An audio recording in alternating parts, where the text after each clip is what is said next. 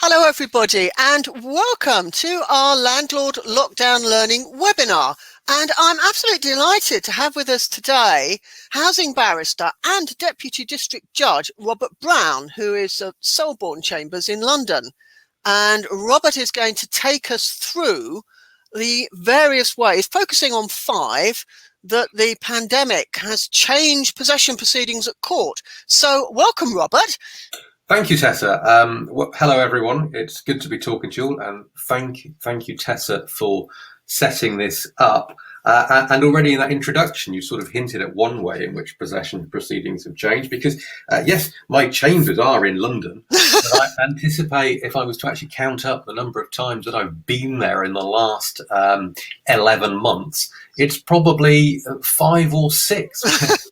Normal year, I'd be in there several days a week. So that just, as you all know from what's been happening out there in the world, things have changed a lot, and possession proceedings have not been unaffected. And in fact, I would suggest within the law, they're one of the areas that have been affected quite more significantly than most. Perhaps not the most, but more than a lot of others. It's my impression. So there's quite a lot to get through.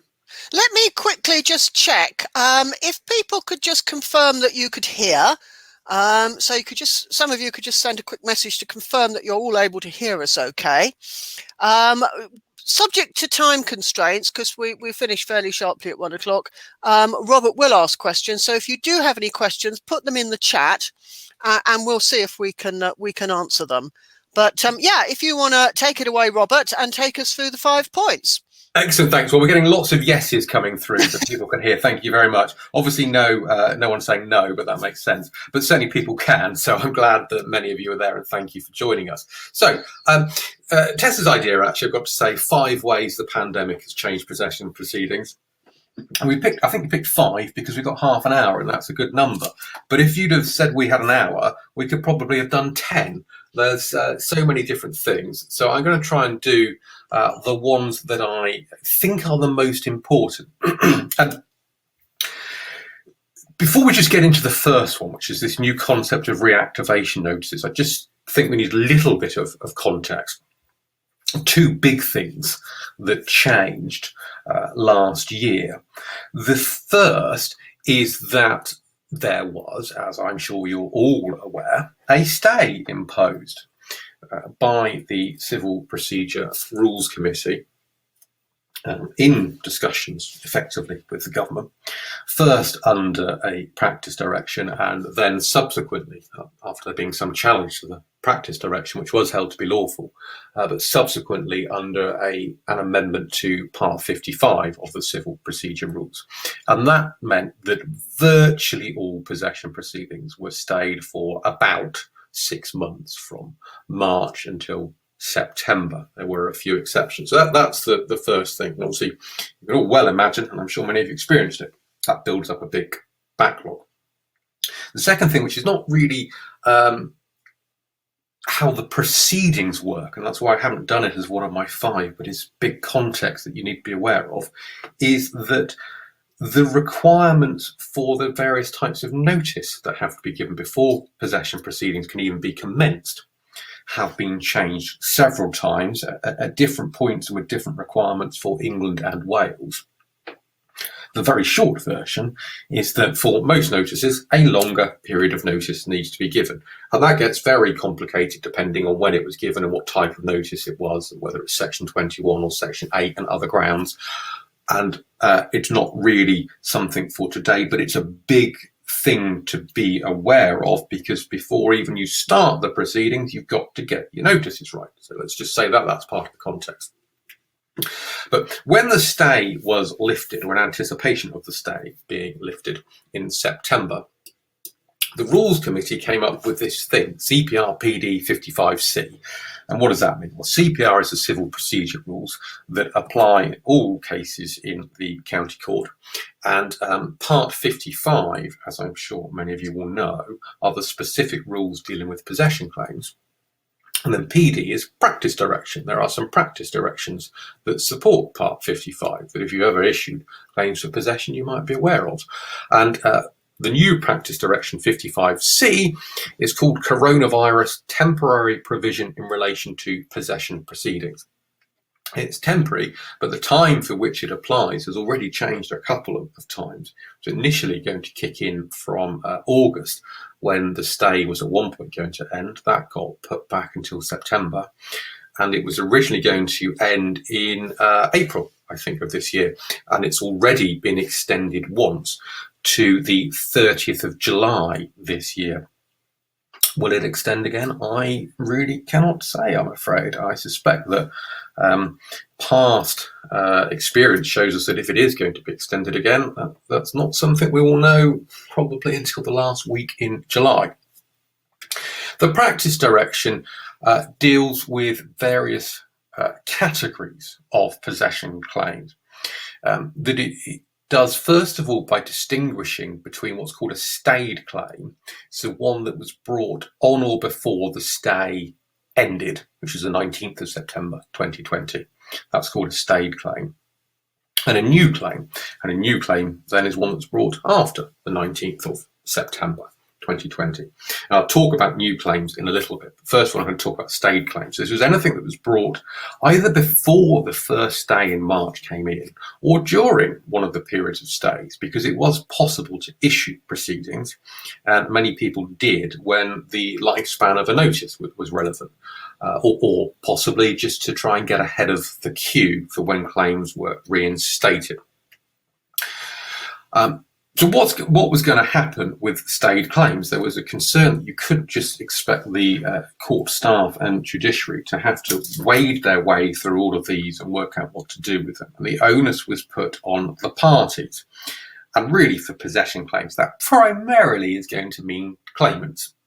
So for all of you, landlords. So this also covers mortgage possession claims as well, where it's most likely to be the mortgagee who is going to take the initiative in restarting things. But generally, one can anticipate that it's going to be the claimant who is seeking possession who is going to have the incentive to get proceedings going again.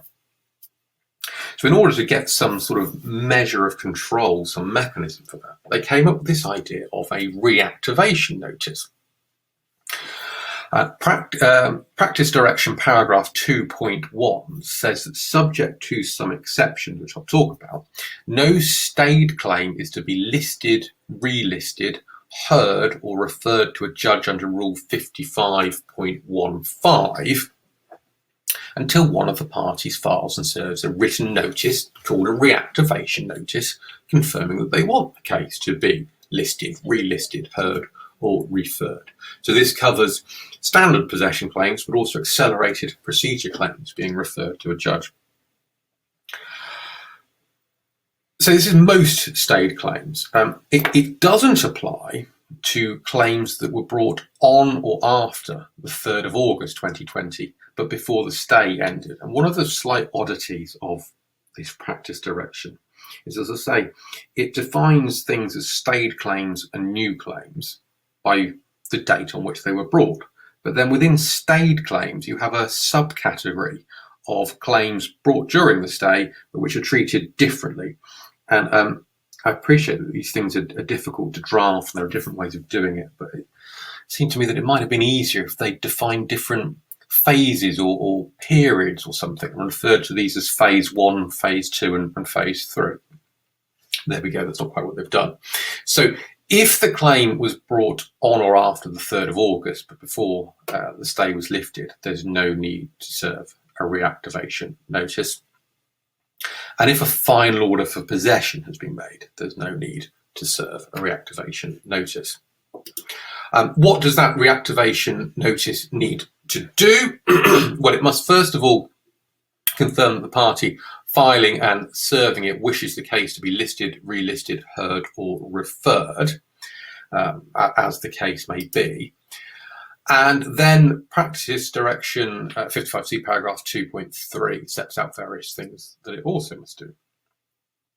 So it has to set out what knowledge the party reactivating, landlord generally, has as to the effect of the coronavirus pandemic on the defendant and their dependents. Now, it has been suggested at various stages in interviews and I think in parliamentary debate that there might be some obligation or duty on landlords to make those inquiries. I'm not sure that's actually right. The practice direction doesn't say that. It just says that you have to say what knowledge you do have. It doesn't say anything about going out and trying to get that knowledge. On the other hand, most landlords are taking the view that they send a letter or some correspondence and say, going to reactivate, we'll need to inform the court in relation to the effect of the pandemic. Please let us know if there is anything. And that can be done in the reactivation notice. You can set out what it is. If the claim is one that's based on arrears of rent, then the notice must also be accompanied by an updated rent account to cover the 2-year period preceding the reactivation notice. There is, and you'll see in a moment a link that I've put up on one of the slides, there is a template reactivation notice that has been provided by court service, and it includes spaces for the name of the court, your name, the defendant's name, the claim number and the date. And then there's a box 1, which says you're required to set out the knowledge you have as to the effect of the coronavirus pandemic, and sets out a space for you to do it. But you say, to my knowledge, the effect of the coronavirus pandemic on the defendant and their dependents is as follows. You just fill it in. The form actually says if you have no knowledge, you could consider taking reasonable steps to find out before using this notice, which seems to me to be more of a suggestion rather than anything that's binding or has any force. By the way, if I could just say that, oh dear, something a bit odd seems to have happened to my sound. We will be giving a link to the slides from the recording, which is going to go up on our Landlord Law YouTube channel. So you will be able to get the slides that way. Robert, we've got just under 20 minutes left. Yeah, no, that's fine. Once we've done the context, we'll go through this. Don't you worry. Section 2 on that form then is you get 2 tick boxes about rent arrears. If it relates to rent arrears, then there's a tick box for that, and you say you've attached a rent account. And if it's not, there's a tick box to that. So it helps you follow the way through to see what you're going to do. And then, as you'll see, the final bullet point there, there are some additional requirements where case management directions have previously been given. So if you've got an existing case that had been to court and some directions given, then the notice requires you to set out what those directions are. You have to attach a copy of the directions order previously made, and then either a draft order setting out any additional directions which you think are required, or confirm that no new directions are required and the ones previously given can be met. So that's if you've got an ongoing case, one that's already been to court. One important thing to note, though, about the practice direction is that there is a further stay that can come in. If no reactivation notice is given by 4 p.m. at the end of April, then the claim is automatically stayed again.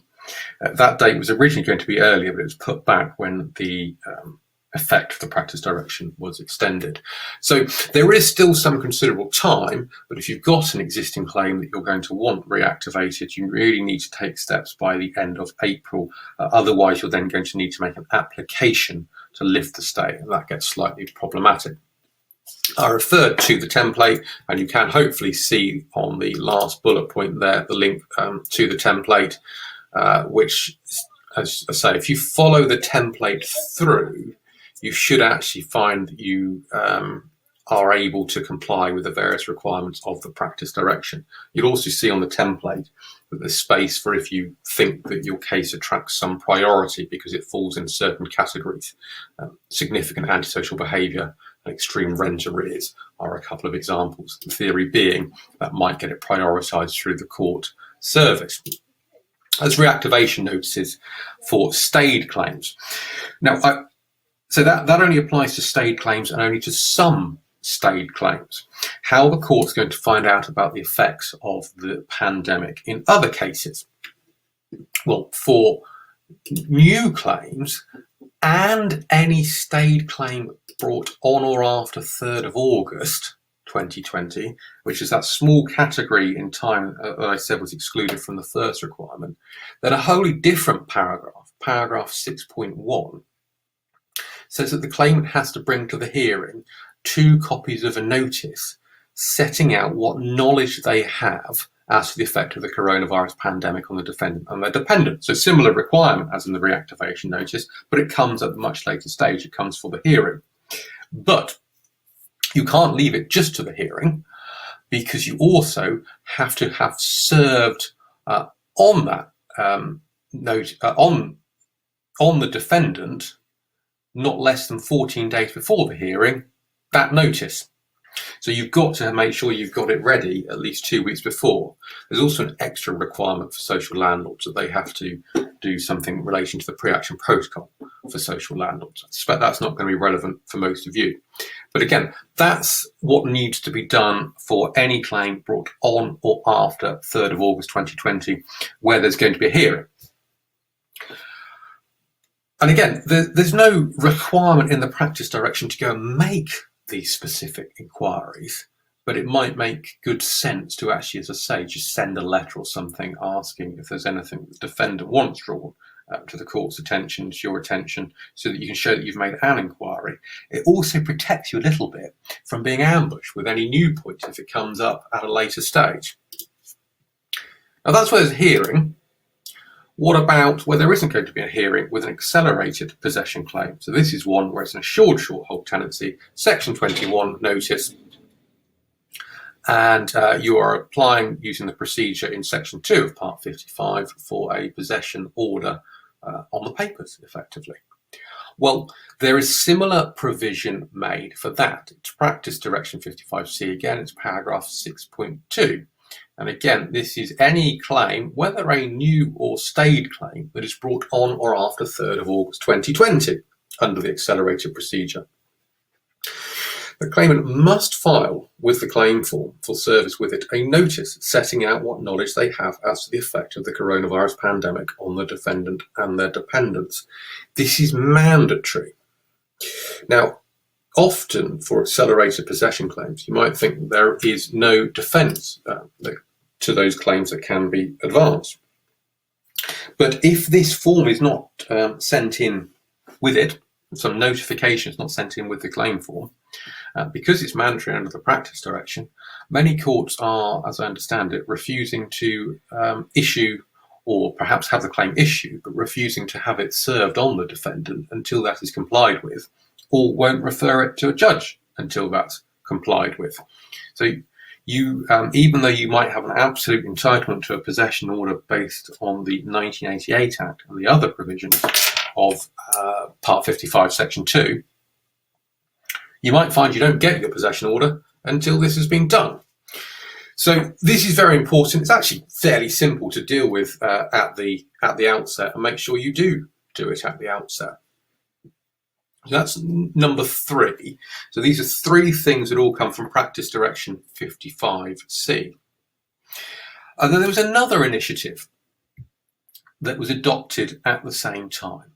The court service set up a working group to consider how possession claims were going to work in and after the pandemic, because as many of you will know, the normal thing that's done is that these, when they are listed for hearing, they're block listed.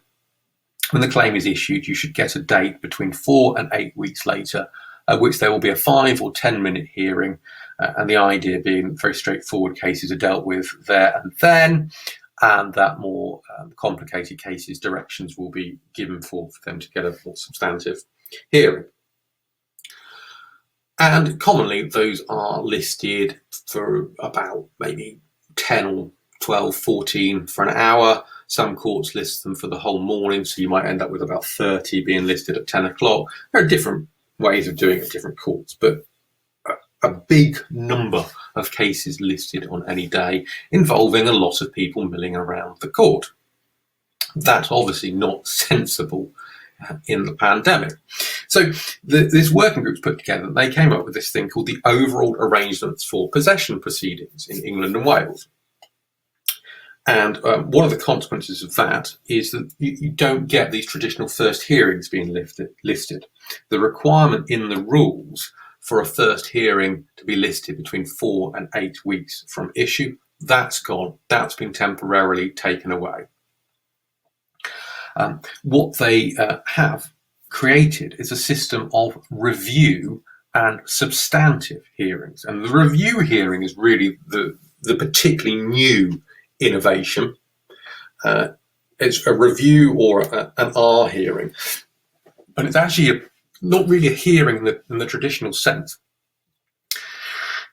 These will be listed at the end of a possession day. And the idea would be that a judge would have maybe 10 or so of these review hearings at the end of their possession day to consider. And actually the overall arrangements document includes a typical timetable, which provides for possession hearings running between 10 o'clock in the morning to about 3:10 in the afternoon, and then from 3:10 until 4 for the court to look through 10 reviews, all on the documents. And when this is listed, there will be a directions notice come out requiring the claimant to file an electronic bundle at the court and to give a paper bundle to the defendant. And this bundle has to contain various things, and the notice will set out what it needs to contain. And these need to be done, usually there's a standard form of notice, and the link that you had on the previous slide about the template for the reactivation notice, if you follow that, you will also see the standard notice of review hearing, and it will tell you, the claimant, that no later than 14 days before the review date, you've got to provide to the court a bundle of all documents. Sometimes it can be a paper bundle by post, sometimes it's an electronic bundle. Some places, the courts will actually say it must be an e-bundle. You have to provide a paper copy of the bundle to the defendant as well, not later than 14 days before the review date. And you have to confirm to the court by email 3 things. That the bundle contains all the required material and information, and your knowledge as to the effect of the coronavirus pandemic on the defendant and their dependents. That the bundle has been provided to the defendant, and that you will be available on the review date and your contact telephone number for the review date. If your email does not contain confirmation of those 3 things, then chances are at the review hearing, a judge will not list it for a substantive hearing because you've not complied. So you've got to make sure you comply. It's actually not all that difficult to do so. You've just got to send an email and do it by reference to the things that are set out in the notice of hearing as to the confirmation that's required. And please do look at that very carefully, because the standard form that's being sent out asks you, as I say, to confirm that the bundle includes all the material and information, and specifically refers to a subparagraph in Practice Direction 55A about information as to whether the defendant is in receipt of social security benefits. And this is missed quite a lot. And if you don't do it, there are judges and there are courts who will take the view that you haven't complied with the requirements of the notice, and they're not going to list it for the hearing. So please do just check that you do that. The idea is that those details, file and the details, are made available to the duty advisor who will be at court on the day, and that they can, in between trying to deal with all the hearings that there will be, and I'll talk about those very quickly in a moment, see if any agreement can be broached between the parties. If they can, then an order can be put before the judge in the afternoon for approval. If not, the judge will look at the papers, see if everything has been done that should have been done, and then they can direct that it is listed for a substantive hearing. Now, just remember, if you are getting an agreed order, if it's a possession order that you're after, you've got to get everything lined up properly. A possession order, particularly if it's under Section 8, but even under Section 21, the basis for doing it has to be set out. And that will often, on Section 8 cases require some admissions to be made, and unless it's ground 8, a mandatory one, the court will need to be satisfied as to reasonableness. And if those things aren't included in the order, it will get knocked back, and then it's either going to get listed for a substantive hearing or deferred. So what is a substantive hearing? Well, that's the actual hearing that you would traditionally have had, but things have changed rather dramatically. We can't have the same number of hearings that we used to. As I say, you would traditionally have got maybe through 10 up to 14 in some places in an hour in a possession day. The expectation is that there will be the same number of days dedicated to possession hearings, but rather than having up to 12, 14 in an hour, there will be 10 maximum during the day. So you can already see how the capacity for getting these through has been dramatically reduced. That's because they've had to factor in additional time for cleaning in between the hearings and things like that, making sure that the duty advisors can be kept relatively safe while dealing with people attending at court. But that otherwise proceeds as a regular hearing. Now remember, depending on your type of claim when it was issued, you may need to be bringing an additional notice about information of the effect of the pandemic to this hearing. That was my point 2 of how possession proceedings have changed. And that will need to be remembered to be brought. Most of these hearings are being held in person because of the potential need to access duty advice. Some courts are saying that if all parties agree, then they can be held by telephone. But it's often not always that straightforward to get everyone to agree. So look, those are the 5 ways, or the 5 main ways, that possession proceedings have changed. There are new notices required under the rules as part of the proceedings, and there are 2 new different types of hearings: review hearings and substantive hearings. When you get the slides, you'll see a couple of other slides, and I'll just show you very quickly. I've included some other links of bits of sources of information that I hope might be useful to you. And if you download the slides, then you can follow those links. That, though, are the 5 things. I've seen there's a lot of questions going through. I don't know, Tessa, whether you've managed to pick up on all of them and get the ones that we can try to deal with. Well, I'm not sure that we've got time, actually, because we've only got a few more minutes, and this is only a brief half-hour webinar. What I was thinking that we might do, Robert, is we might have a look at the questions afterwards, and maybe I could publish a blog post where we look at some of people's questions later on. Because I don't think that we can really, you can be expected to give a proper answer in 2 minutes. Fine. Okay, let's do that. As long as we can save and download those, we can have a look at that and certainly do that. I should just say, I was seeing one, the 10 to 4 timings. That's not all that a judge is expected to do in a day. It's not a 10 to 4 shift by any sense. There's a lot of other paperwork to do outside of those times. It's called box work, isn't it, Robert? It is. There's a lot of case management that needs going on with the claims. So it's not quite that short a day, I've got to say. And I'm sorry it's all got so complicated. I mean, it's not the court's fault. It's not anybody's fault that we've got this wretched pandemic, but it has, thrown everything for 6 in all sorts of areas of life. And unfortunately, eviction proceedings is one area of life which has been affected fairly seriously. Yeah, it has, and I'm afraid it has got a lot more complicated, as I know some of you have said in the comments, and I'm not going to suggest that this is the best way of dealing with it, but I'm afraid it's the way that's been adopted, and that's what we have to deal with now, certainly until the end of July, which is at the moment is a current date for this all to end. Whether it will, I don't know. I've been recommending to my landlord law members that really, although in normal times eviction proceedings I think is a type of litigation that people can do themselves, I am recommending that landlords use solicitors, specialist solicitors, at this time, because they are more likely to be up to date with all the changes.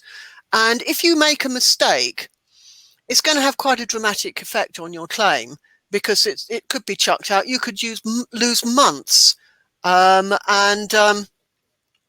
know, it's probably worth the cost of having a solicitor so that things are dealt with properly. And although it will still take quite a while, there won't be the massive delays that you will find if you've done it yourself and made a bit of a mess of it, which is very easy. Yeah, that's absolutely right. I mean, in normal times, if something goes a little bit wrong and it's adjourned, you're looking at quite a delay before coming back. But you think about how that capacity has been reduced by the ability to only deal with 10 cases in a day, then you're going to be looking at coming back goodness knows when. And I would also suggest that you try as much as you can to avoid court proceedings altogether. There are several mediation services that you can use.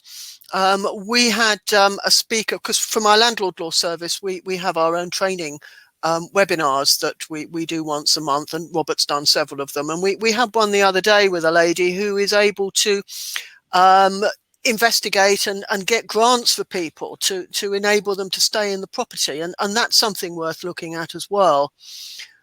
So if you can possibly avoid going to court in the first place and see if you can do it some other way, that's probably better.